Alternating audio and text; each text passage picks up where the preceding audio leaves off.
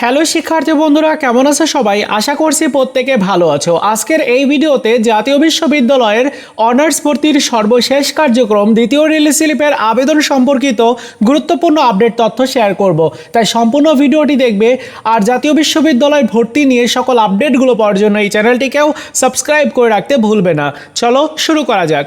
দ্বিতীয় রিলিজ স্লিপের আবেদন কার্যক্রম কবে থেকে শুরু হতে পারে এই বিষয়টি জানার জন্য আমি ভর্তির সংশ্লিষ্ট একজন কর্মকর্তার সাথে কন্ট্যাক্ট করেছিলাম এবং তিনি যেটা জানিয়েছেন যে বর্তমানে পরিস্থিতিটা স্বাভাবিক হয়ে গেছে এবং নেটওয়ার্ক জনিত যে সমস্যা ছিল সেই সমস্যাটা আর নেই।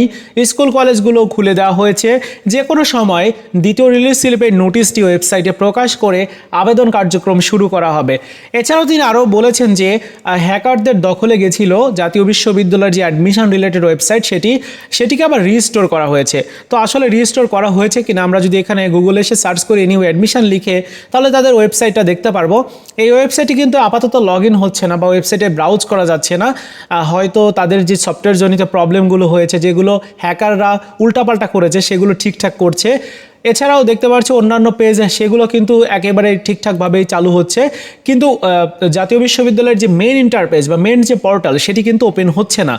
সো আপাতত তোমাদেরকেও অপেক্ষা করতে হবে এই ওয়েবসাইটটা ঠিকঠাক হওয়ার জন্য, কারণ এই ওয়েবসাইটেই নোটিশ প্রকাশ করবে। আর আগামীকাল যেহেতু রবিবার, আগামীকাল থেকে সকল কার্যক্রমগুলো আবার পুনরায় চালু হবে এবং আগামী সপ্তাহের মধ্যেই, অর্থাৎ এই যে চলতি সপ্তাহটা রয়েছে, এই চলতি সপ্তাহের মধ্যেই দ্বিতীয় রিলিজ স্লিপের আপডেট আসবে এবং দ্বিতীয় রিলিজ স্লিপের নোটিশটাও দেওয়া হবে। হতে পারে এই চলতি সপ্তাহেই তোমাদের দ্বিতীয় রিলিজ স্লিপের আবেদনটিও শুরু হয়ে যাবে। তিনি যেটা বলেছেন যে দ্বিতীয় রিলিজ স্লিপের আবেদন কবে শুরু হবে এই নিয়ে কোনো সিদ্ধান্ত হয়নি। একটা মিটিং হবে, সেই মিটিংয়ে সিদ্ধান্ত হবে যে কবে থেকে আবেদন কার্যক্রমটা শুরু করা যায়। পরিস্থিতিটা স্বাভাবিক না হওয়া পর্যন্ত এই বিষয়ে আসলে সিদ্ধান্ত হতে পারে না। আর বিভিন্ন ইউনিভার্সিটির উপাচার্যরা তারা কিন্তু পদত্যাগ করছেন। সো জাতীয় বিশ্ববিদ্যালয়ের উপাচার্য কী করবেন সেটি কিন্তু আমরা এখনও পর্যন্ত জানি না।